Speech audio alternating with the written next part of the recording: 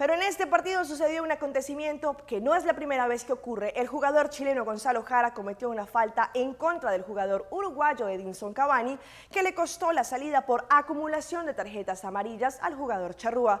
Primero, lo que hizo Jara ha generado repudio entre los amantes del fútbol y segundo, la CONMEBOL abrirá expediente en contra del jugador chileno.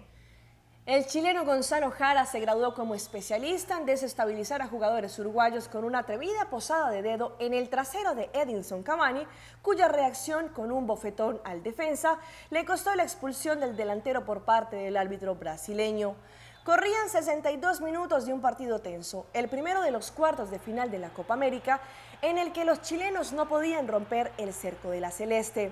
Cavani, el delantero del Paris Saint-Germain, que estuvo a punto de perderse el encuentro en Santiago de Chile por el drama familiar que desató su padre, al atropellar a un joven motociclista que luego falleció, ya lucía nervioso y al momento de su expulsión ya tenía tarjeta amarilla por discutir las decisiones arbitrales.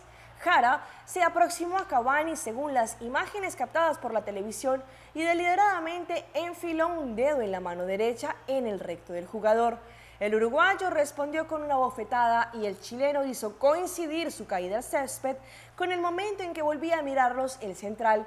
Tras la polémica conducta del jugador de la selección chilena Gonzalo Jara durante el partido de su equipo, según lo anunció la CONMEBOL, abrirá un expediente disciplinario contra Jara. En caso de que éste sea hallado culpable de agresión y provocación, podría perderse lo que resta de la Copa América, teniendo en cuenta que se enfrentaría a una sanción de hasta 3 partidos. Pulso Latino con Alejandra Forero, de lunes a viernes, desde las 6:45 de la tarde, aquí en ATV, Canal 15.